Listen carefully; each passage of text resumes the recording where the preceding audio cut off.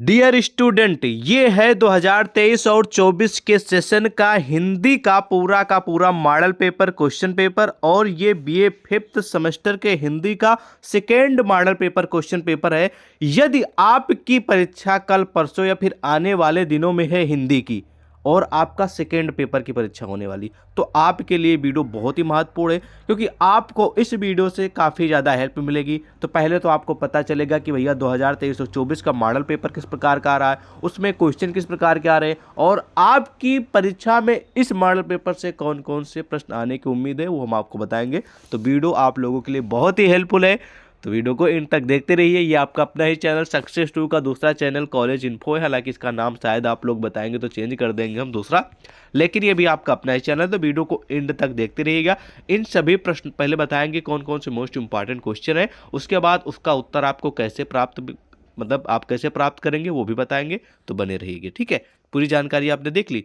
आते हैं पहले अति लघु उत्तरे, फिर लघु उत्तरे, फिर दीर्घ उत्तरे पे, ठीक है। तो पहला प्रश्न है कि भैया गुरु गोविंद सिंह का जीवन दर्शन बताइए। ये क्वेश्चन यह कह रहा है कि जो हिंदी साहित्य के प्रमुख कवियों में से, ठीक है, संतों में से एक है जिनका नाम है गुरु गोविंद सिंह, ठीक है। तो गुरु गोविंद सिंह का जीवन परिचय यहाँ पर दर्शन बताया गया, लेकिन आपको ध्यान देने वाली बात, इनका जीवन परिचय यानी इनका जन्म कहाँ पर हुआ, ठीक है, किस सन में हुआ, इनके माता पिता का क्या नाम था, शिक्षा दीक्षा, इनकी रचनाएं, ठीक है, और ये किसके महान गुरु थे, ठीक है, ये सिखों के गुरु थे, ठीक है। तो मतलब कि इसके बारे में आपको इसी प्रकार परिचय तैयार करना है। ये महत्वपूर्ण कटघरी का क्वेश्चन है, ये आपकी परीक्षा में आने की उम्मीद है, तो जरूर तैयार करके जाएंगे, ठीक है। अगला प्रश्न है कि डॉक्टर रमेश पोखरियाल निशंक के कृतित्व पर प्रकाश डालिए। यह क्वेश्चन ये कह रहा है डॉक्टर रमेश पोखरियाल, ठीक है, पोखरियाल निशंक जानते हैं कौन है? अभी इससे पहले जो इस समय करंट में शिक्षा मंत्री, केंद्रीय शिक्षा मंत्री, इससे पहले के केंद्रीय शिक्षा मंत्री थे कौन? डॉक्टर रमेश पोखरियाल निशंक जी जो हैं ये केंद्रीय शिक्षा मंत्री थे, ठीक है। जैसे इन्होंने अपना कार्यकाल इनका पूरा हुआ, उसके बाद ये देखिए तुरंत आपके सिलेबस में क्वेश्चन आना प्रारंभ हो गया, ठीक है। तो आप लोग समझ सकते हैं कितना महत्वपूर्ण क्वेश्चन ये इस बार 2023 और 24 के सेशन में पहली बार क्वेश्चन आया रमेश पोखरियाल निशंक पे जुड़ा। इससे पहले शायद मेरी जानकारी में नहीं आया था, क्योंकि तब तक उनका कार्यकाल चल रहा था, अब इनका कार्यकाल खत्म हो चुका है, ठीक है। तो इनसे जुड़ा यानी कि इनकी रचनाओं की जो कृतियां रची उनके बारे में आपको लिखना है, ठीक है, समझ गए। अगला प्रश्न है कि मेरी देश की धरती सोना उगले गीत का केंद्रीय भाव शब्दों में बताइए, ठीक है। यह क्वेश्चन ये कह रहा है कि हमारे देश की जो धरती वो सोना उगलती है। ये जैसे कि आपने सुना भी होगा कि हमारे देश को सोने की चिड़िया भी कहा जाता था, ठीक है। तो वैसे ही ये भी पंक्ति यहाँ पर कही गई कि मेरे देश की धरती सोना उगले, ठीक है। या फिर आप लोग कह सकते हैं कि हमारे देश की मतलब जो देश है इसको सोने की चिड़िया कहा जाता था, मतलब कि यहाँ पर इतना खजाना था कि सब चीज़ से परिपूर्ण था अपना देश। सेम उसी तरह हमारी जो धरती उसमें हर चीज़ उगा सकते हैं आप लोग, और हर चीज़ से पूरी तरह वो परिपक्व है, मतलब कि पूरी तरह वो, मतलब कि एकदम ठीक है, स्ट्रॉन्ग है हमारी धरती, जहाँ पे आप सोना भी उगला सकते हैं। और सोना उगलता भी भाई ज़मीन से ही, जितने भी पदार्थ हैं सब निकलते हैं, चाहे वो आपका सोना चांदी, ठीक है, या फिर हीरा मोती या तेल, जितनी भी चीज़ें हैं, ठीक है, ईंधन कोयला, ये सब कहाँ पे निकलता है? धरती से तो निकलता है, ठीक है। तो हमारी जो देश की धरती वो सोना ही तो उगल रही है एक तरीके से, ठीक है। तो इस प्रकार इसके बारे में लिखना है, ये भी महत्वपूर्ण प्रश्न है। अब इन सभी का प्रश्नों का उत्तर कैसे मिलेगा ये पहले आपको बता दूं, वरना आप कहेंगे कि उत्तर तो बता ही नहीं रहे, ठीक है। उत्तर हमने महासंग्राम वीडियो में कवर करा रखा है, ठीक है। तो महासंग्राम वीडियो अगर आपने नहीं देखी तो देख लीजिएगा। बाकी इन सभी का उत्तर हमारे पास एक महासंग्राम पीडीएफ है, उसमें क्वेश्चन आंसर दोनों है, उसी में इसका उत्तर मिल जाएगा। और जिन भी प्रश्नों का उत्तर नहीं मिलेगा उनको आपको गूगल पे सिंपल से सर्च कर लेना। लगभग 80 से 85% उत्तर तो मिल ही जाएगा मेरी ही पीडीएफ में, जो कि हम आपको दे देंगे। जो नहीं मिलेगा वो आप इंटरनेट पे सर्च कर लेंगे, ओके। अगला प्रश्न है भैया भूषण, जो कि प्रमुख कवि और प्रमुख रचनाकार है। तो भूषण जी की जो कुछ रचनाएं हैं जिनमें बताया गया कविता का मूल प्रतिपाद्य बताइए, मतलब कि जो रचनाएं थी उसमें मूल चीज़ें जो कुछ बताई गई हैं, ठीक है, उनके बारे में आपको लिखना है, ठीक है। ओके, अगला क्वेश्चन मोस्ट इंपॉर्टेंट, जो कि हमेशा रिपीट ही होता है जहाँ तक मुझे जानकारी है, ठीक है। ये प्रश्न कह रहा है कि आचार्य रामचंद्र शुक्ल द्वारा आदिकाल को वीरगाथा काल क्यों कहा गया है। ये मोस्ट इंपॉर्टेंट क्वेश्चन, इसको जरूर तैयार किए जाएंगे, ठीक है। जरूर 100% फंसेगा और इसका उत्तर हमारी पीडीएफ में मिल जाएगा, ठीक है। अगला प्रश्न है कि राणा की तलवार की कविता भाषा फैली पर संक्षिप्त टिप्पणी देखिए। इसको इग्नोर कर दीजिए, इतना महत्वपूर्ण नहीं है, ठीक है। अगला प्रश्न है कि लक्षण ग्रंथ से क्या फय है, और प्रमुख लक्षण ग्रंथकारों के नाम बताइए। ये भी पॉपुलर क्वेश्चन है, कई बार आ चुका है और इस बार भी आने की उम्मीद है। तो इस प्रश्न का उत्तर हमारी PDF में मिल जाएगा, जो कि अभी हम आपको देने वाले हैं। ठीक है, क्लियर। उसके बाद सिंपल सा प्रश्न अगला भी है, महत्वपूर्ण है और सिंपल है। ठीक है, सूर्यकांत त्रिपाठी निराला के व्यक्तित्व पर प्रकाश या फिर व्यक्तित्व पर संक्षिप्त प्रकाश डालिए। तो ये आप इग्नोर कर दीजिए, इसको मत देखिए। ठीक है, आप इनका पूरा का पूरा जीवन परिचय लिख दीजिएगा और इनकी कुछ रचनाएं हैं उनके बारे में लिख दीजिएगा बस। ठीक है, क्लियर। हिमालय कविता रचनाकार का नाम बताते हुए कविता के मुख्य पद, ठीक है, प्रतिपाद्य पर प्रकाश डालिए। ये इतना महत्वपूर्ण नहीं है, बाकी आपकी इच्छा, आप पढ़ भी सकते हैं, इग्नोर भी कर सकते हैं। 2023 और 24 में पूछा गया क्वेश्चन है, आप इग्नोर भी कर सकते हैं, पढ़ भी सकते हैं।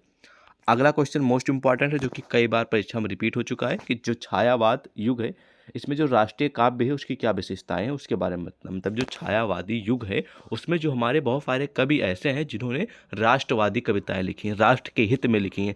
तो उन राष्ट्रवादी जो कविताएं हैं या फिर राष्ट्रवादी रचनाएं हैं उनमें क्या विशेष है, ठीक है, वो आपको लिखना है बस। महत्वपूर्ण प्रश्न है। अगला प्रश्न भैया कह रहा है कि राष्ट्रीयता की भावना विकसित करने में हिंदी फिल्मों की क्या भूमिका रही है, उदाहरण सहित स्पष्ट कीजिए। भाई ये क्वेश्चन इसमें एक फंस जाता है, कभी कदार मैंने देखा कि एक क्वेश्चन फंसता है कि भैया हिंदी फिल्मों की क्या भूमिका रही है राष्ट्रीयता की भावना को विकसित करने में, एक प्रश्न फंस जाता है कभी कदार। ठीक है, तो आपके ऊपर, आप पढ़ भी सकते हैं, इग्नोर भी कर सकते हैं। अगला प्रश्न भैया कह रहा है कि कलम आज उनकी जय बोल कविता का केंद्रीय भाव स्पष्ट कीजिए। तो ये कभी कदार आता, हमेशा नहीं आता है। ठीक है, तो आपके ऊपर, आप पढ़ भी सकते हैं, इग्नोर भी कर सकते हैं। अगला कि आदिकाल के नामकरण संबंधी विद्वानों के प्रमुख मतों की समीक्षा दीजिए। यह प्रश्न ये कह रहा कि आदिकाल को बहुत सारे अन्य नामों से पुकारा जाता है और उन अन्य नामों से पुकारे जिन्होंने उन अन्य नामों को रखा उनका नाम बताइए। ठीक है, तो आदिकाल को कुछ लोगों ने वीरगाथा काल कहा है, आदिकाल को कुछ लोगों ने स्वर्ण युग कहा है। ठीक है, और कुछ लोगों ने इसको वीर काल भी कहा है। ठीक है, आदिकाल को कुछ लोगों ने वीर गाथा काल कहा, कुछ लोगों ने कहा वीर काल, कुछ लोगों ने चरण काल भी कहा है। ठीक है, और कुछ लोगों ने इसको आरंभिक काल भी कहा है। ठीक है, प्रारंभिक काल कहा है। ठीक है, तो अलग अलग हमारे जो लेखक हैं, अलग अलग जो रचनाकार, उनके अनुसार अलग अलग इसकी परिभाषा है। ठीक है, तो ये आपको तैयार कर लेना, सिंपल सा उत्तर है। ठीक है, पहले तो आपको लिखना है कि जैसे कि आदिकाल को वीरगाथा काल किसने कहा है। ठीक है, वीरगाथा लिखना, वीरगाथा के सामने लिख देना कि इन्होंने इसको इस नाम से पुकारा है। फिर दूसरा लिखना है कि भैया जो हमारा वीर काल है, तो वीर काल को किसने नाम रखा, उनका नाम लिखना है। फिर उसके बाद चरण काल है, चरण काल का नाम किसने रखा। उसके बाद आरंभिक काल है, आरंभिक काल को किसने किस नाम, मतलब कि किन्होंने इनका नाम दिया प्रारंभिक काल, आदिकाल को। इस प्रकार आप लोग को लिखना है। हमारे महासंग्राम वीडियो में और प्लस जो हम आप लोगों को PDF देने वाले हैं उनमें भी उत्तर आपको आसानी से मिल जाएगा। ठीक है, क्लियर। अब आ जाएंगे नेक्स्ट प्रश्न की ओर।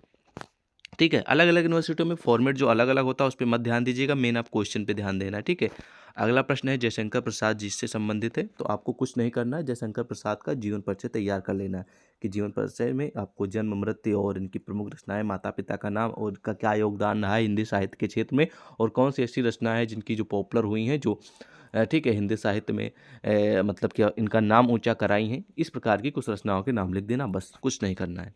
महत्वपूर्ण प्रश्न है लेकिन जयशंकर प्रसाद। अटल बिहारी वाजपेयी का जीवन परिचय देते हुए इनकी कविता कदम मिलाकर चलना होगा केंद्रीय भाव स्पष्ट कीजिए। मतलब कि अटल बिहारी वाजपेयी का जीवन परिचय तैयार कर लेना है बस, और कुछ नहीं करना है, सिंपल सा। मतलब कि कभी कदार आता, हमेशा नहीं आता। जयशंकर प्रसाद लगभग लगभग मैंने जब जब देखा तब तब आया है। ठीक है, और अगला प्रश्न मोस्ट इंपॉर्टेंट है, जिसको आपको ध्यान करके तैयार करके जाना ही जाना है। लिखा है कि आधुनिक कालीन हिंदी की राष्ट्रीय काव्य धारा का परिचय दीजिए और भारतीय युगीन राष्ट्रीय काव्य का संक्षेप में वर्णन कीजिए। ये महत्वपूर्ण प्रश्न है। ठीक है, इसको तैयार कर लेंगे, लगभग लगभग इसका भी उत्तर हमारी PDF में मिल जाएगा। ठीक है, और आपको एक क्वेश्चन और याद रख लेना है कि हिंदी, ठीक है, हिंदी ठीक है, हिंदी साहित्य के राष्ट्रीय काव्य धारा के प्रमुख कवियों के नाम लिखेंगे। ठीक है, और मैं आपको बता रहा हूँ, ध्यान से सुनेंगे। अब जो मैं आपको बताऊंगा क्वेश्चन, ये हमेशा रिपीट ही होते हैं, कॉमन क्वेश्चन है। पहला तो क्वेश्चन आपको ये तैयार कर लेना है कि हिंदी के राष्ट्रीय काव्य धारा के प्रमुख कवि कौन कौन से हैं। ठीक, उसके बाद दूसरा क्वेश्चन ये है कि हिंदी के राष्ट्रीय काव्य धारा की जो रचनाएं हैं उनकी क्या विशेषताएं हैं। ये दोनों क्वेश्चन कॉमन है, और इसमें से लगभग लगभग ज़्यादातर दोनों क्वेश्चन फंसेंगे, लेकिन नहीं तो एक तो पक्का फंसेगा, और एक फंसेगा तो आपको 8 से 10 नंबर देकर जाएगा। दोनों फंसेंगे तो करीब करीब 12 से 14 नंबर आपको देकर जाएंगे। ठीक है, ध्यान से सुन लीजिए। हिंदी के राष्ट्रीय काव्य के प्रमुख कवि कौन कौन से हैं, और हिंदी के राष्ट्रीय काव्य धारा की विशेषताएं कौन कौन सी हैं। ठीक है, ये पॉपुलर क्वेश्चन है जो कि हमेशा रिपीट होते हैं।